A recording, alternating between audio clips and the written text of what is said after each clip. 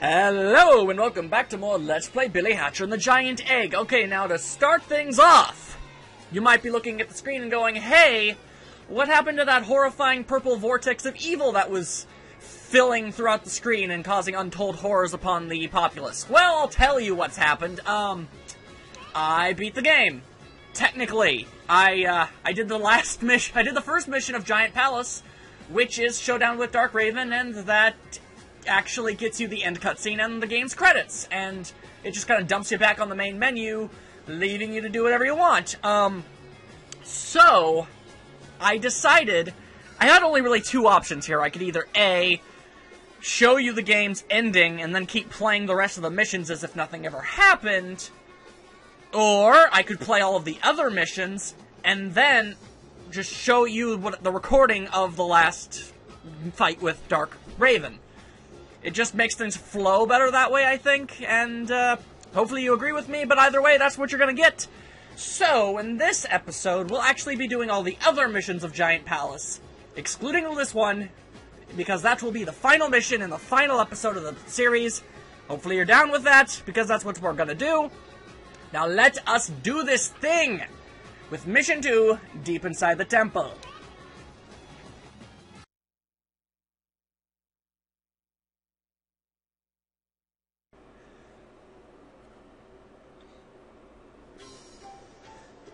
Alright, so this place may seem all fun and sunshine and lollipops and all that good stuff, but let it be known that a mighty battle took place in this area. And you will see it eventually, and that is the giant egg over there. It looks pretty normal and happy right now, but let me tell you that it was a swirling vortex of pure negative and evil energy, and it was pretty dang dope. Either way, I heard there are a few emblems of courage hidden throughout Giant Palace by ancient chickens. Billy, you must find all the emblems of courage in Giant Palace.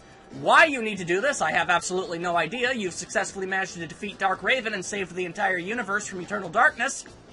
I really have absolutely no idea why I'm forcing you to go through all this utter nonsense. The emblems of courage have well and truly served their purpose. We used them to defeat the main boss, and it was epic in all sorts of grandness.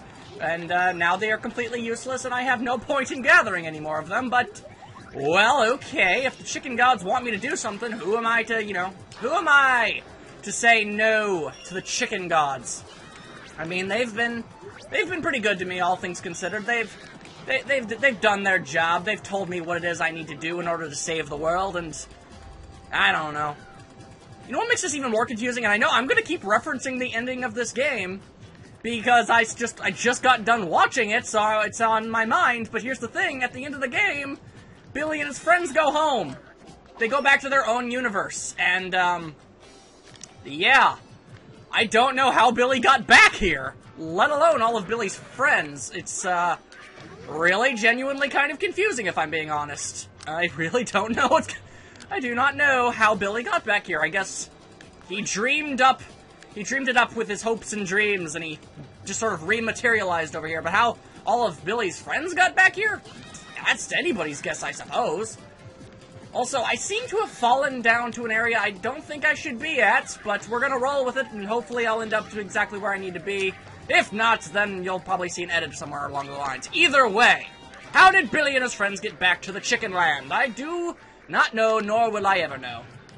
All we do know is that they're back, and there are still emblems of courage to be found, so I guess that's what we're doing.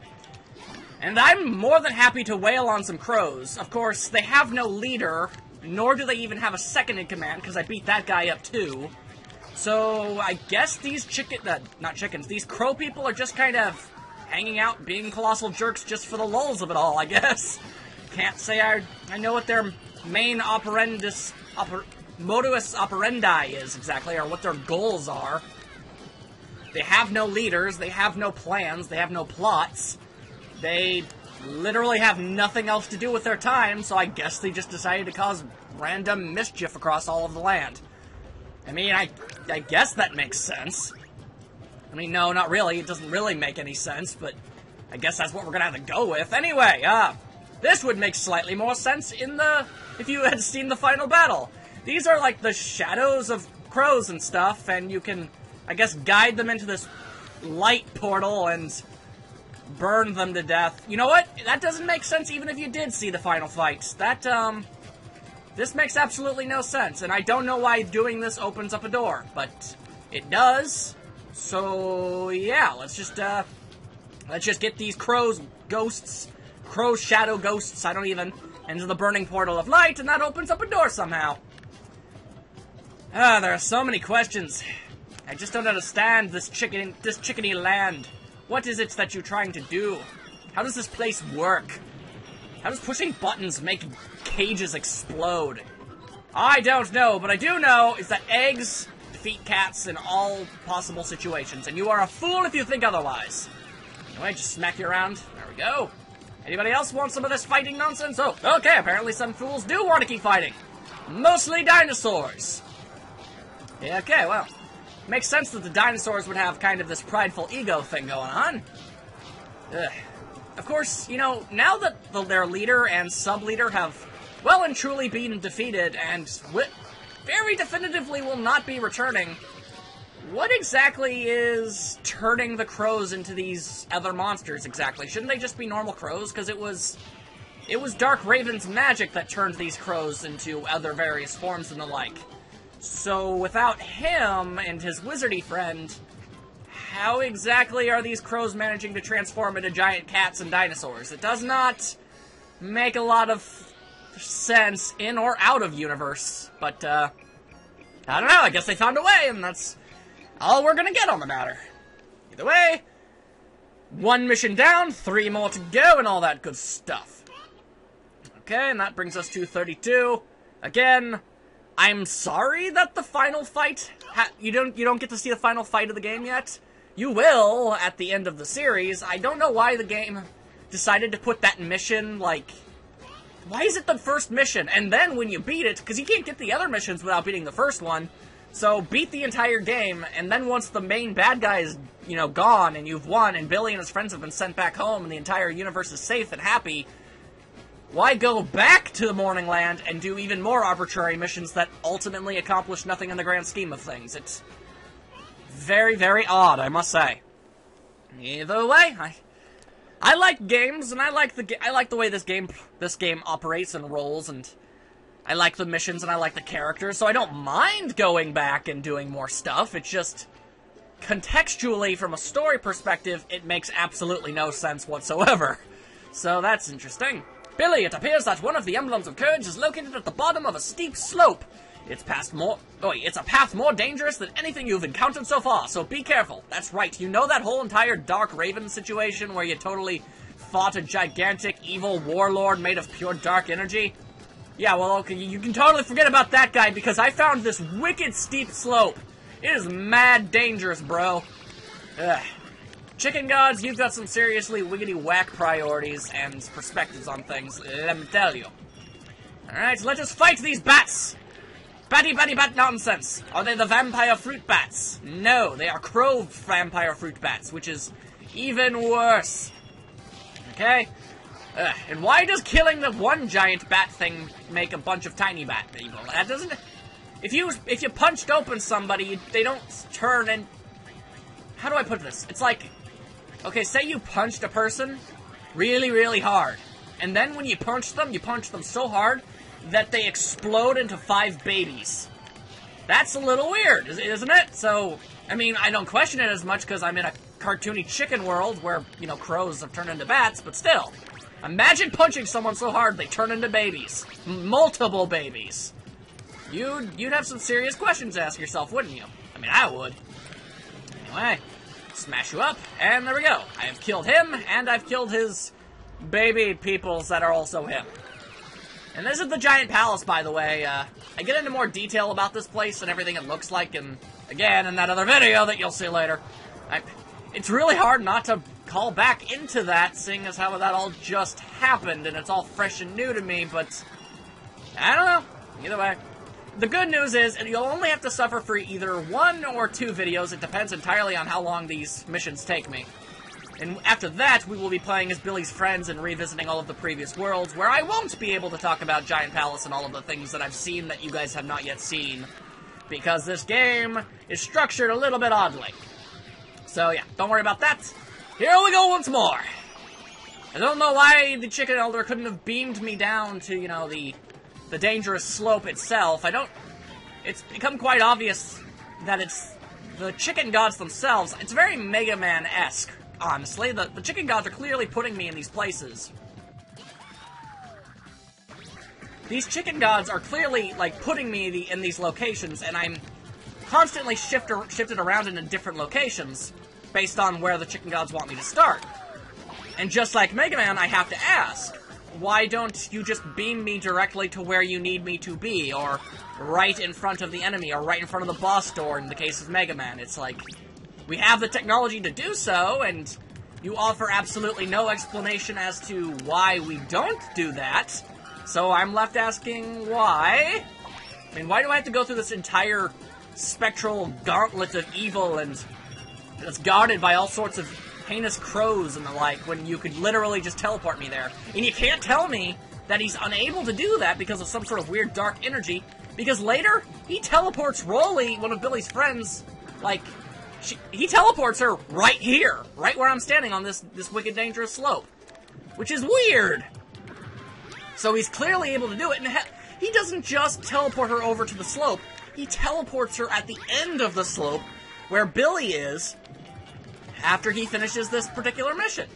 And again, you can't say, well, Billy conquered the gauntlet, and he opened up a way for the Chicken Gods in order to get Rolly over there easier, because you can do Rolly's mission before this one.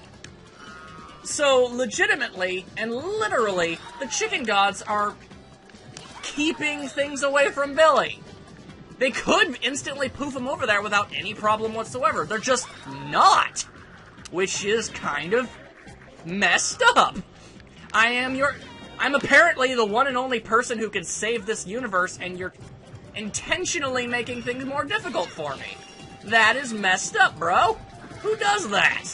Anyway, let's try this slope one more time. I was caught off guard by the fact that I had to do it.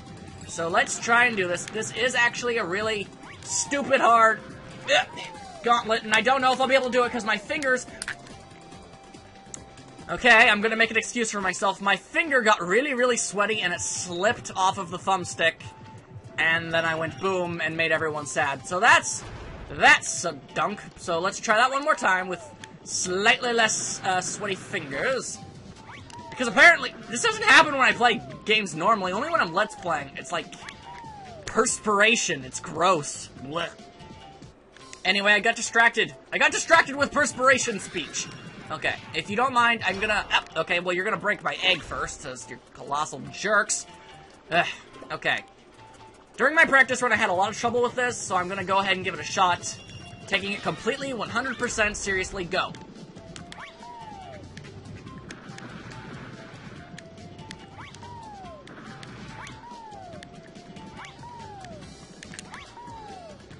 Even with my complete silence and sincerity, I'm still unable to do it, and I've only got 2 lives left.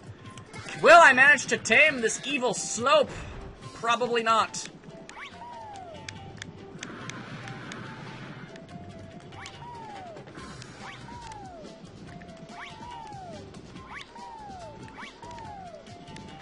And there we go! Okay, sorry, I don't like not talking during a Let's Play, because that's kind of the entire point of a Let's Play, is the commentary. But sometimes talking while trying to do something that takes focus really messes with your brain after a while, and it just, blah. It's the worst. So sometimes I'm forced to be quiet in order to concentrate. Hope you guys don't mind about that. It was only for a few seconds. Either way, that's 2 missions down. Technically 3, but you know what I'm talking about. What we want to do now is Deathmatch! Get the crows! Which is, kind of dark. I was never expecting to hear the words Deathmatch inside Billy Hatcher and the Giant Egg. That's a very, very, very dark and foreboding sort of thing. But either way, whatever. You wish Billy to do battle with the evil crows once more? He would be more than happy to. Let us do this thing. Billy, even though Dark Raven has fallen, the crows are still attacking Giant Palace. I'm guessing because they're kind of stupid and haven't realized that their leader is dead. You must chase them out of here and save Giant Palace. And by chase them out of here, of course, I mean forcibly smash them to the ground with a giant egg. Because, you know, I mean, I could chase them out, but no, let's physically flatten them. Ugh. Seriously, pancakes are... yeah, I would call them pancakes, but pancakes are thicker than what I am flattening here. Ugh. Well, I guess the giant things don't get flattened. They just kind of, I guess, have a minor spaz attack, which is very unfortunate. You know, you'd think I'd just be able to walk up to these crows... Actually, you know what? There's something I haven't ever talked about. Are the crows intelligent? I mean, the chickens are intelligent enough to use basic speech, obviously.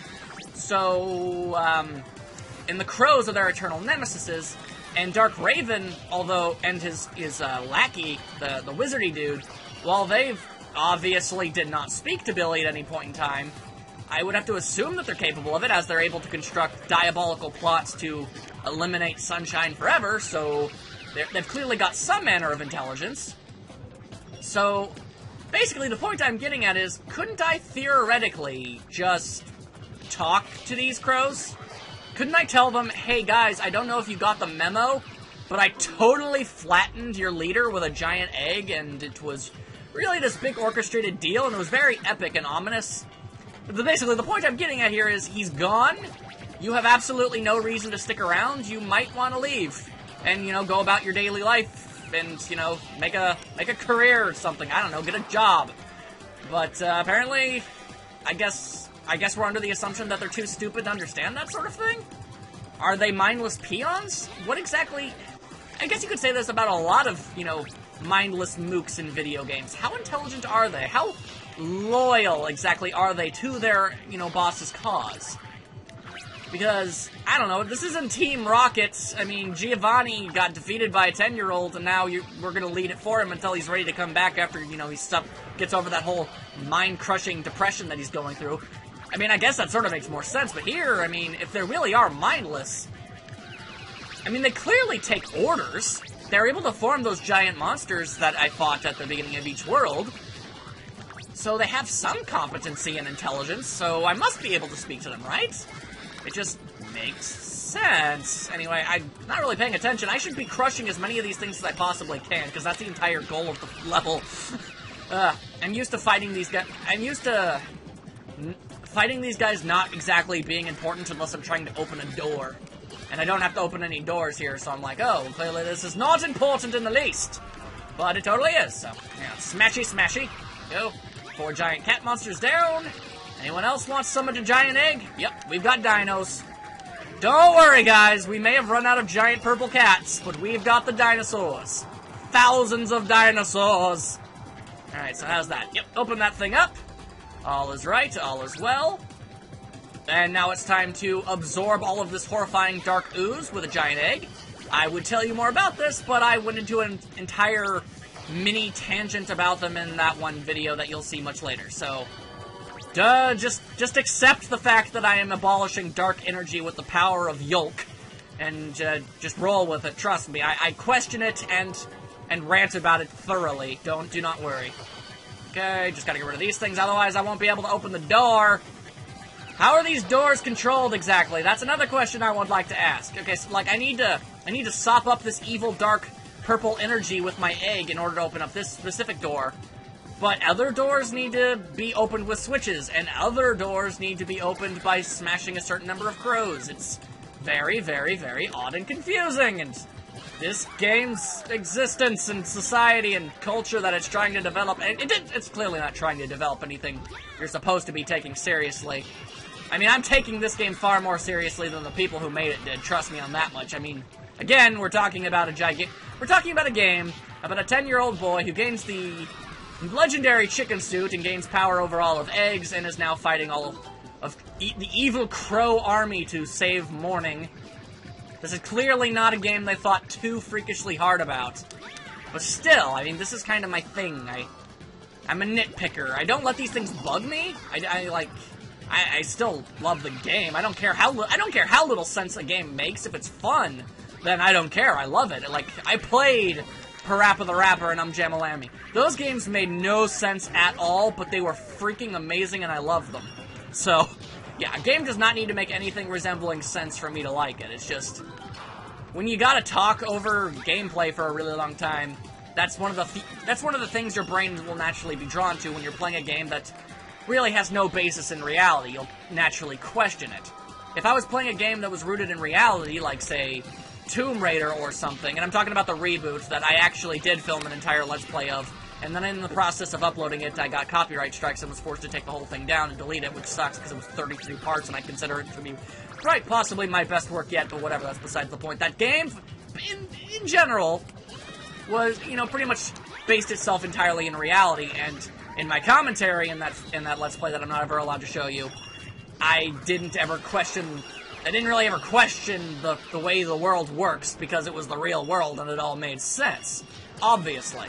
So, but in this, where I'm crushing crow monsters with eggs, I'm left with no choice but to ask how, and why, and what's the dilly-o, bro? You know, stuff like that, really. Anyway, and of course I missed that jump entirely. Okay, let's try this once more with gusto, with feeling, with power. Okay, I guess I gotta walk over here and get an egg, because I can't make that jump! I ain't got the mad jumps, although there is an egg you can hatch that gives you, like, a double jump. I don't know if I ever bothered hatching that egg or not.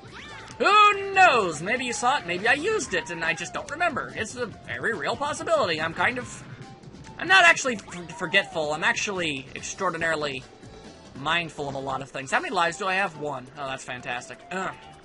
Okay. I'm getting... I think I've met my off-tangent quota for the day.